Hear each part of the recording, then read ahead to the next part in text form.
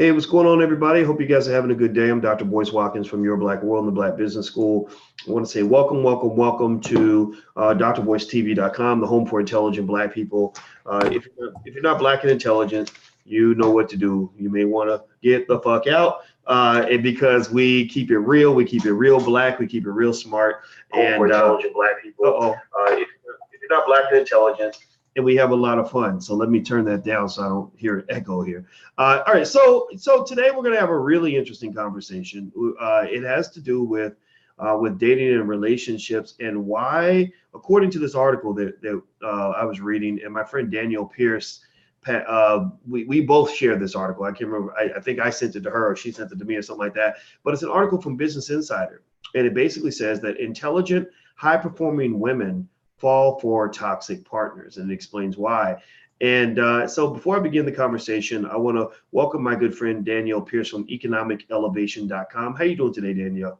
Doing pretty great, Dr. Boyce. What's going on with you? Doing really well, really well. Okay, so how about this topic? My gosh. Okay, so the article basically says, and I'll give the summary here. It says, it may seem like every high-powered woman you know is dating someone toxic, but successful women don't actually have lower standards when it comes to relationships. Instead, research shows that their driven nature attracts toxic partners and means that they're used to working hard. Toss satisfying sex into the mix, which builds chemistry, and an unhealthy relationship can quickly become a toxic one. So what's your interpretation based on what I just read to you? So I saw that article and I shared it with basically all my friends, and we were just like, oh my gosh, this explains so much about life. Because I've seen, even not just my close friends, but in the social media space and my virtual friends, so to speak, I've seen it to where on the surface it looks like really, really smart women will get with a guy, and it doesn't quite look like that he's up to the same caliber, for lack of a better word. And I read the article, and the article to me just came across as, it's not that the women are, slow. It's not that they are looking for a project or a guy, or are looking for, or don't have, they don't want a certain type of relationship. It's just simply that these women are used to working hard and then being able to overcome challenges with that hard work. And they apply that same philosophy to relationships. So like these women are, high powered executives or whatever, and they're climbing the corporate ladder. They go through all this adversities and they come out on top. And so when they get with a guy, it's the same thing. And I read that, I was like, oh shit, is that what it is? That is super interesting. So let me. I'm gonna read this again because they said a lot in this 2-sentence summary. Yeah. It said research shows that their driven nature attracts toxic partners, and means that they're used to working hard. So do you think that they're saying that the toxic partners are attracted to them because of their driven nature, or that they're attracted to the toxic partner? Like which do you think? I mean, what's the chicken and what's the egg in this, or how do you distinguish between the two? I interpret it to be the second option, to where the men actually seek out a certain type of woman.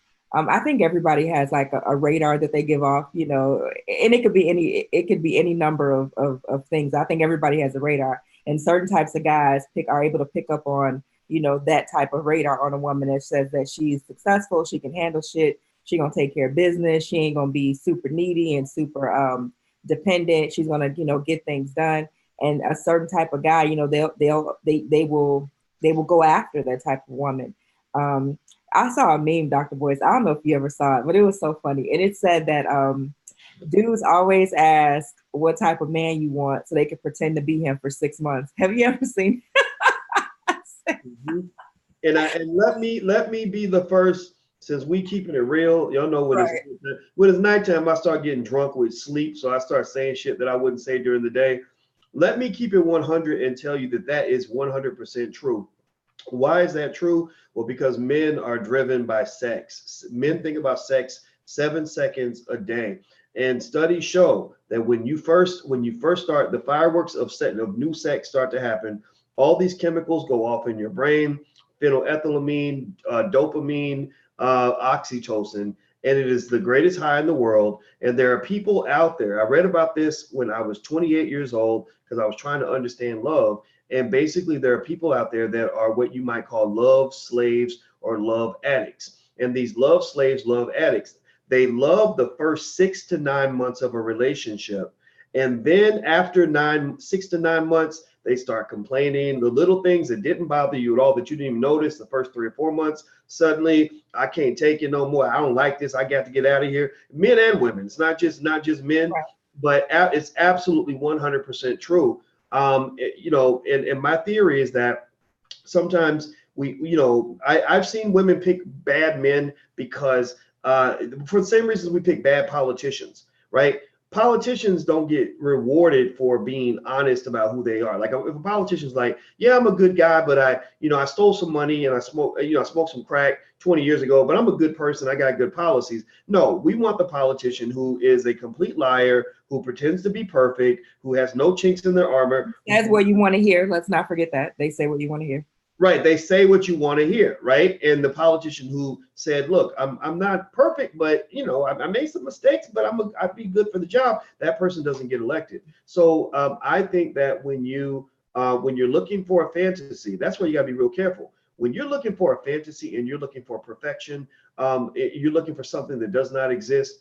It's easy for somebody to pretend to be that person. Like TD Jake said, first 6 months, you ain't dating that person, you're dating their representative. And people can pretend long enough to get the sex and bounce. And I've seen that played out a million times.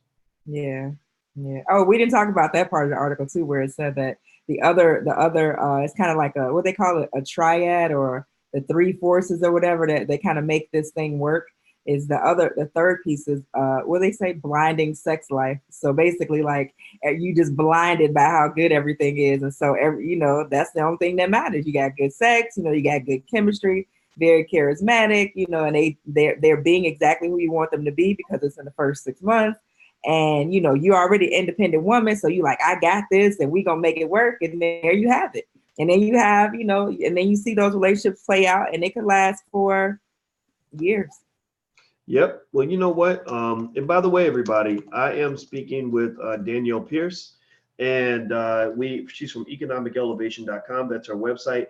Please hit the thumbs up button, share button, and subscribe button. We're talking about a recent article that basically explains research on why successful women tend to attract toxic men. And this is, y'all know how we get down. We try to be smart, open-minded, but then sometimes I know I'm going to say something that you think is stupid or politically incorrect, but it's okay. I can't apologize for that. I'm just going to tell you the truth. Some of y'all call me Uncle Boyce, so call me the annoying uncle who's going to tell you the real, because I want you to be smart. Because here's the thing, Danielle, and people always wonder, like, well, why are you talking about relationships? It ain't your expertise relationships. No, if you do business, then you're studying relationships, because you learn that business ain't nothing but relationships, and relationships and business are connected. Good relationships can create business opportunities, because most people do business with people that they have good relationships with. But then also bad relationships can destroy you economically. The biggest wealth killer is divorce.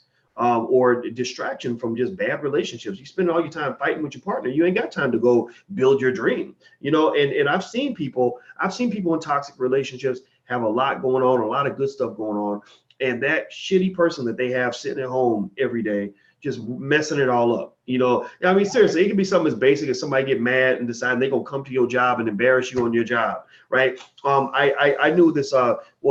Indirectly, there's this law professor actually who's really successful. She was doing really well, getting awards and everything, and had gotten tenure at a university. And she had this husband that I guess wasn't as successful as her, and it was like a jealousy thing. A lot of times you see these relationships where there's this competition kind of going on, which you just ain't healthy. That ain't fun, competing with the person that you're with, but it happens.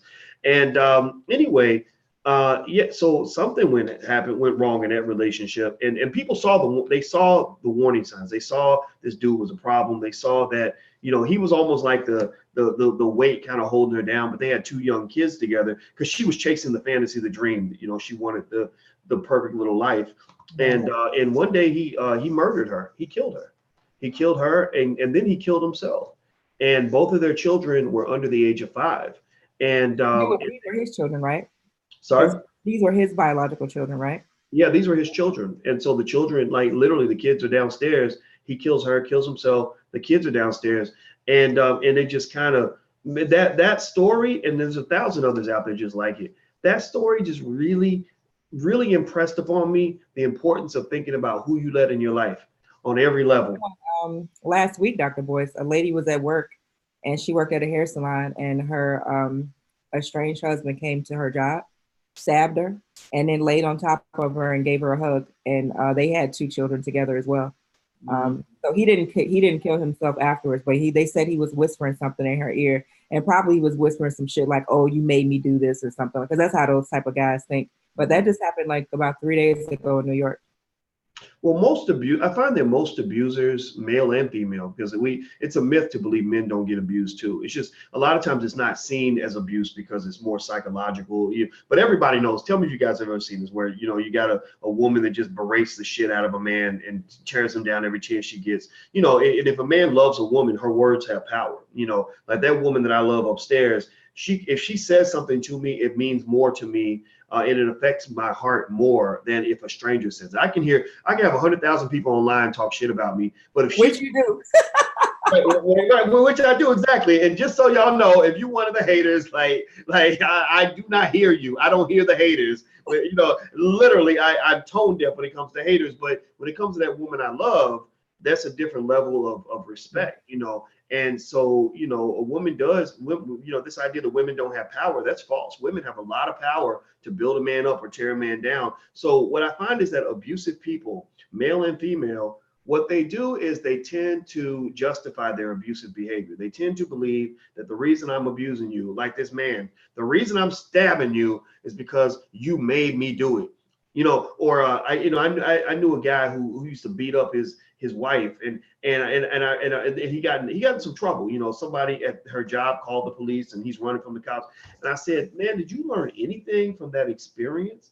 And you know what he said? He said, "Well, I learned that I need to find a woman that's going to be loyal and not be out here causing problems." And I was like, "Oh my God!" So that's what happens. A lot of times, abusers think that they are the victim, and no, nobody makes you do anything. You make that decision. What do you think? I agree. And I want to just touch on your last point that you made a few minutes ago about why anybody will question why finance people will talk about relationships. And I would say to that, it's literally all the same thing. Like I tell people all the time, I actually just said this at a conference I was at this weekend, that the issue is that you personally, let's say you're a person who's a people pleaser and you don't like to say no, and you start a business, you're going to have that same exact issue where you're going to be giving away all your information for free. You're not going to be able to say no. You're going to be trying to keep everybody happy. It's the same thing. If you're in a relationship and the person that you're sleeping next to every night doesn't doubt what you're doing, or they think that you should go and get a regular job, or they think that you don't quite have what it takes, that one little seed of doubt that you had, initially turns into a whole forest over the course of, months and years, because the person that you love most in the world doesn't believe in you. And so that literally like compounds any fear and doubt that you have about yourself and insecurity. So it's literally all the same thing. And in fact, when people start killing it in terms of a relationship, you'll see they'll start killing it in their business and vice versa. Like it all flows. It's all the same ball. Yep. Oh, I agree with you 100%. I mean, you're right. I mean, it's really tough to climb that hill of doing something different if the person right next to you is not supportive and encouraging. And I think and also simultaneously, if you're tempted to be that person, that wet blanket that's a dream killer for the person that you love, just know you're opening the door for for them to leave you or cheat on you. Like male or female. If you I've seen, I knew a lady who was really doing well in her career, and she became more and more successful, and her husband just really was not a willing participant in any of it. He didn't like people coming up to her in restaurants and saying, "I love your work." I don't know if it made him jealous or what. And I was sitting there listening to her talk about it and how frustrated she was. And what I sensed was that her loyalty to him was very strained, and I was thinking, man, this guy's, he's opening the door. He's inviting another man into his woman's, into his woman's space. Like really. I mean, all it takes is for something to happen that breaks that loyalty. And next thing you know, they're gonna move away from you because they're gonna see you as it's almost like having a natural negative reaction. You ever see somebody just makes you sick? Like you just don't want to be around. You used to love them, but like literally the thought of that person just makes you want to throw up. Like when you act that way, when you nag somebody to death, when you up their ass about everything, or you're discouraging, everything they want to do, they'll put up with that shit for a while because they made a commitment to you. But that always wears out. I don't care who it is. That always wears out. I got a question for you. Since we're on this subject, and you're a guy, how do you know the difference between being in a relationship with someone who is actually giving you constructive criticism and actually, because you don't necessarily have to, I don't want to give people the impression that just because somebody disagrees that they're a hater or that they're like out to get you and that they're, they're competing with you. So how do you know the difference between someone who's actually they're on your team, but they just have a few reservations, or they're trying to actively give you things to think about, and somebody who just don't want you to make it at all? Like, how do people tell that difference? That is a tough question. Gosh. For me, I have a lot of people that I've run into in my space, especially when I first got started, when I hadn't done shit, who felt like they were helping me, but they weren't. They would, like sometimes people think they're helping you by killing your dream, and telling you that, this is going to be really tough for you to do. This is going to be hard. This isn't going to work. Even something as basic as like going out and talking to Black people about financial literacy. People will be like, oh, you're limiting yourself. You should be doing this for everybody. Or Black people, they don't want to hear about that. They want gossip and world star, hip hop. They don't want education and intelligence. And I had to kind of override a lot of that. And also just the whole job culture. Like, you go get you a good job. Don't mess that up to go do this whole business thing. Like, a lot of us deal with that. And I think sometimes it's one of those things where it's almost like when they say, forgive him for he knows not what he does. They know not what they do. Like, sometimes people just are limited. They don't have enough vision to be able to see the possibilities that you can achieve, or they're limiting you because they themselves are limited. And they may really be thinking that they're helping you by constantly squashing the dream. But I think that's just a generally bad strategy. And now, in terms of somebody that really wants you to fail, that's tough, because I mean, if you're in a relationship with that person, gosh, I mean, woof. That questions the whole integrity of the whole damn relationship. Like, I can't even imagine. I can think of times where I could tell Alicia, like, I don't really know if this is gonna work, but if I want her to fail, like, that's just sinister. That's almost like cheating, almost. Like why would you want somebody you love to fail? So how do you tell the difference? Gosh, I don't know. I think that I'm a big believer in trusting your gut, though.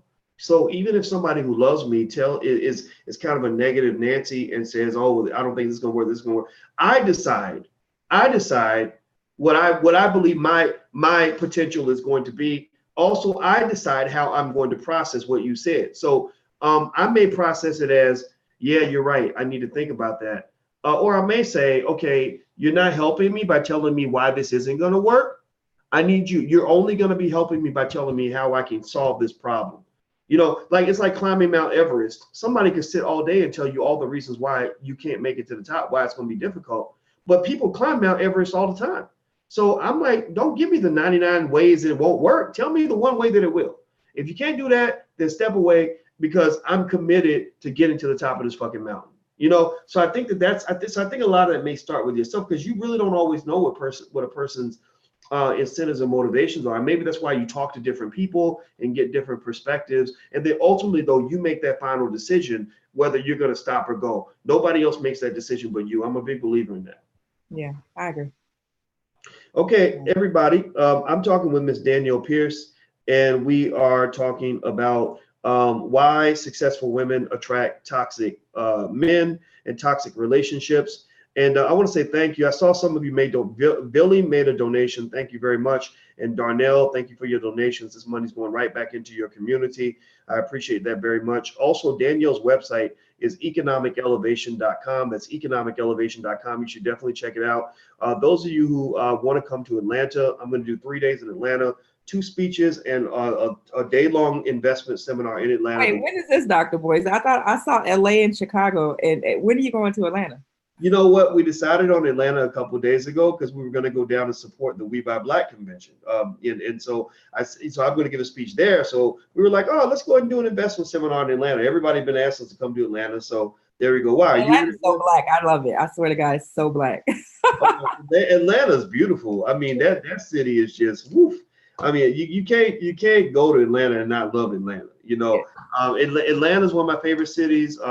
Atlanta, Philadelphia, LA, London, and Brooklyn. Like those are 5 cities that stand. Oakland's awesome. The people there were amazing. And there are a lot of amazing cities, but those 6 kind of stand out. Houston is really cool. Like I just love it because when I go to those places, I feel so good to be around so many awesome Black people. You know, like last week, we were in South Central LA and in Leimert Park, like right in the middle of Compton, you know, and it's just so cool. Like it's just the energy so good, so Black, just, you know, it just makes me feel like there's no place I'd rather be, you know.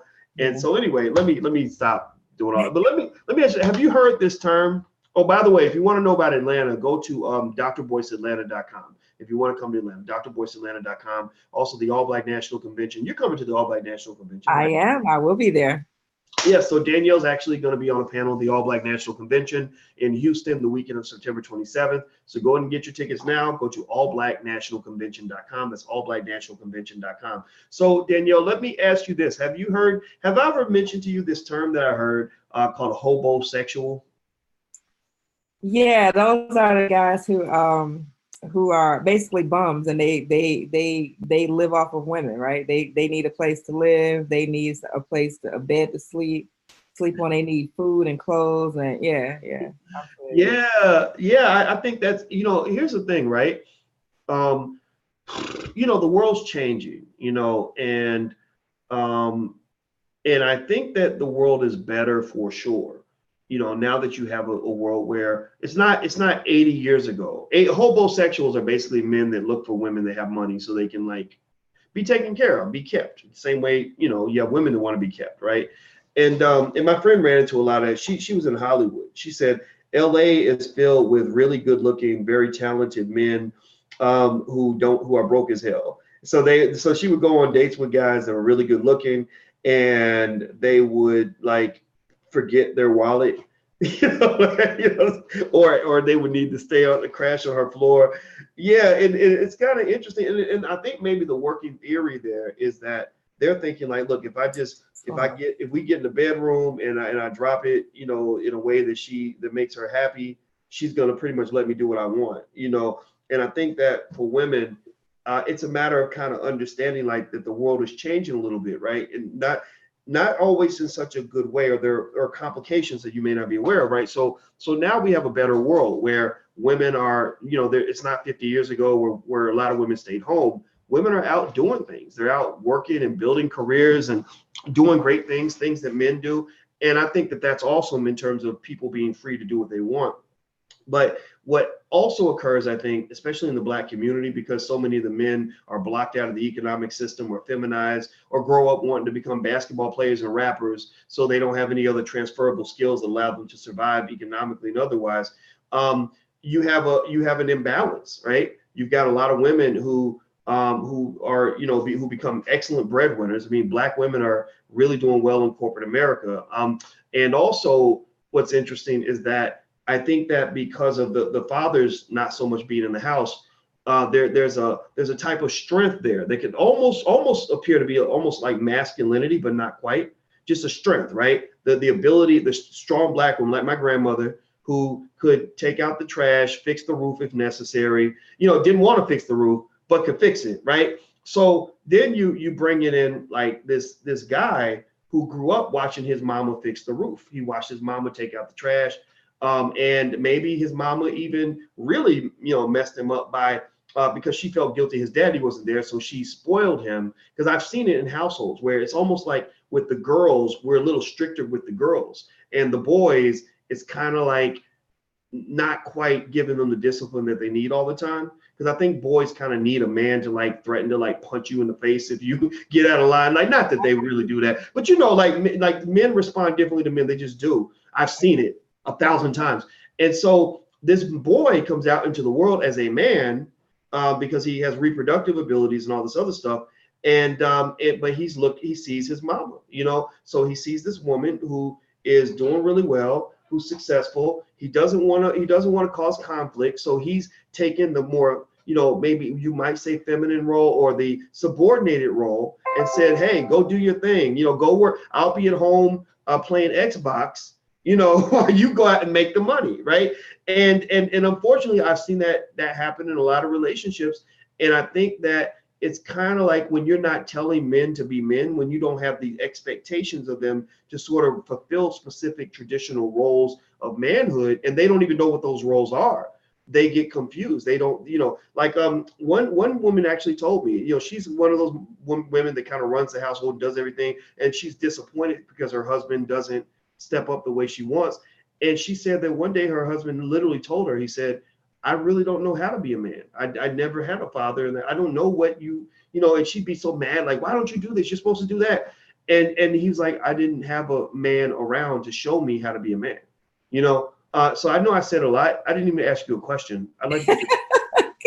But do you see my face the whole time? I'm just like, oh, not this shit again. I mean, so yes, to your point, we were actually talking about this on Facebook the other day. A loan officer I know in Chicago had said that, he closes loans at a ratio of 4-to-1, Black women to Black men. And he said, I'm trying to figure out why that is. Do men not value ownership? Do they not value being a leader? Do they not care about, money and building wealth and things like that? And it was a whole bunch of comments, like 200 some comments. But anyway, I think the consent of a lot of people had the thought process that the men weren't. So men, what's considered popular and cool and what gets men girls at a young age is not being intelligent and financially literate and a property owner and an investor. Like, that's not the move when you're 25, right? You can be, my friend Elaine, she was like, guys do this because they can still, have sex with girls while sleeping in their mama house in the basement. Or they'll be have a mattress on the floor and they can still pull in a bunch of girls. And so that's why they are that way. And then my point was that a lot of guys, they grow up without a man in the household. And so they're used to women doing everything. So, I mean, I get that. But if you're like 45 years old and you still use that as an excuse, I do tend to think that that's some bullshit. Like, you know better. And the thing is, Dr. Boyce, they don't want to let it go because there's benefits to holding on to it. Like, I get to be lazy, not provide, not take the lead, not go get the job that I know that I need, not take care of the house. I get to do all those things, still, have sex, and have my food on the table, because women always play, they got to hold shit down, right? Even though they're taking care of business outside the house, they're supposed to, still cook 3 meals a day. So why would a guy give up all of that after he's been enjoying it for so many decades? Like, what's the incentive for him to do that? You understand what I'm saying? And he still gets to feel like a king. You got to stroke his ego, make him feel good and all. Like, why would a man give that up? There's no logical reason for him to do that. So to that story you said about the woman, it's one thing for her to be mad at him, but I promise you she opened that door. Because the very first time he slipped, you know what I mean? She noticed it and she kept letting his ass slide. Like, if I go out on a date and you forgot your wallet, well, you better go get your wallet. Like, I mean, I don't know what you want me to do.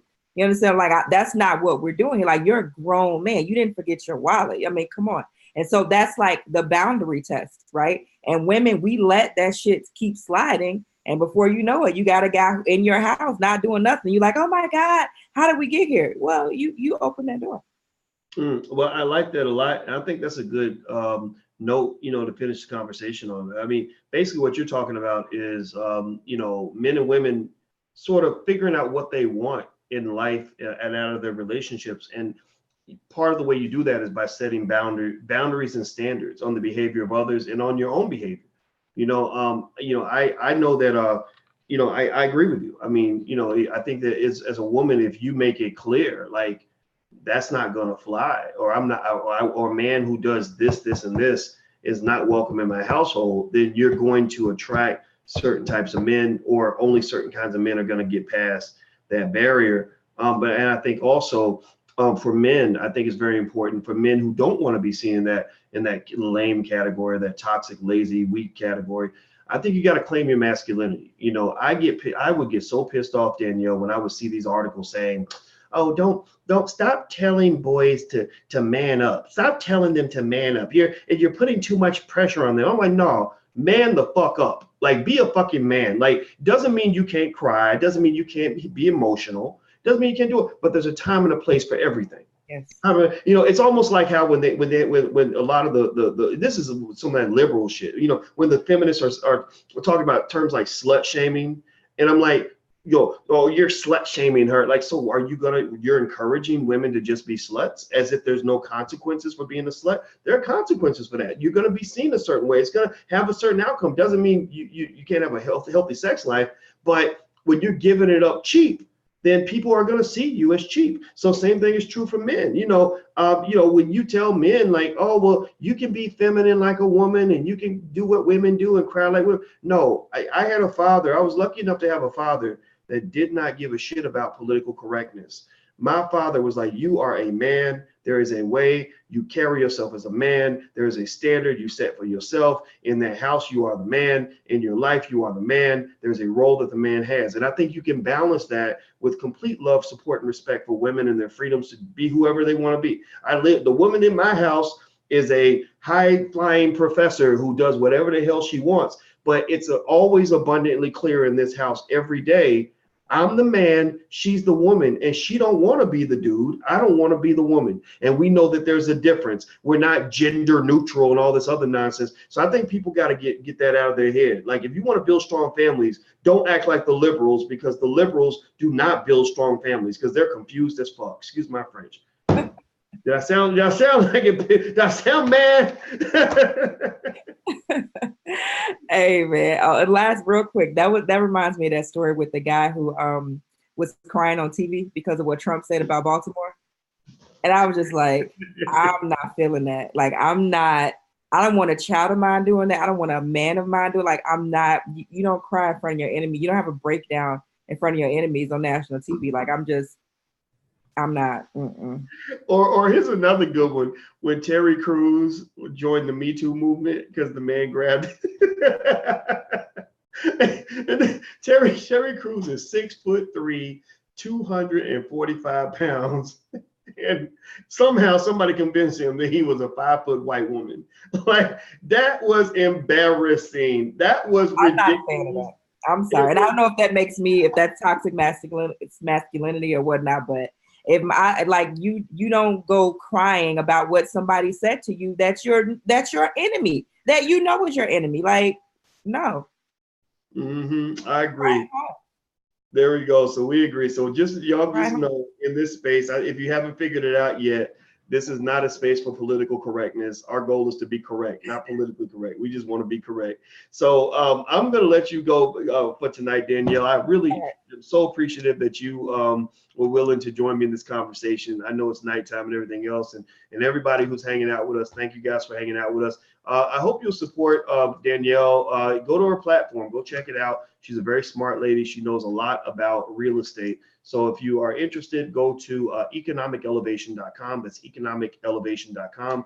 Danielle will also be at the All Black National Convention, along with a lot of other great people, from Dr. George Fraser to Nicole Price, Nomalanga Mashali Moses, Danielle Pierce, or excuse me, I said Danielle Pierce, sorry, Vicki Dillard. You're Danielle Pierce. Vicki Dillard, who else? Sharif Abdul Malik. There's a lot of people that are going to be there. It's going to be really awesome. Willie D from the Ghetto Boys. We got a ton of people coming. It's going to be great. It's a great big Black family reunion. So come check it out. allblacknationalconvention.com, the weekend of September 27th. That's allblacknationalconvention.com. Also, if you want to learn about Atlanta, I'll be in Atlanta the weekend of August 23rd. That's drboyceatlanta.com, drboyceatlanta.com. If anybody knows Killer Mike, tell him I'm looking for him. I'm gonna text him because I want to see him. I ain't seen that brother in a long time. So anyway, I see you said you have a question before I go. Okay, you should probably ask the question. Don't tell me. People do that. It's funny. People will say, I have a question. I'll be like, well, what's the question? You should have put the question when you asked me if I can. Or they'll be like, can I ask you a question? Okay, the answer is yes. There we go. All right, so have a nice day, right? So you asked me a question, I answered it. Now it's time to go. So yeah, just so you guys know, don't ask me if you can ask a question. Just ask the question. That helps. With the recession, what do you think? I did an analysis on the stock market crash as well as the pending recession, which is what they call an inversion of the yield curve. I'm going to break that down some more tomorrow. But also, if you want to check out what I've talked about as far as the recession and the market crash, you can go to theblackfinancialchannel.com, THE, that's theblackfinancialchannel.com. I break it all down right there. So feel free to go check that out. All right. So thank you very much, Danielle. It was awesome, as always. See you next time, Dr. Boyce. Yes, ma'am. Bye-bye. See you guys later.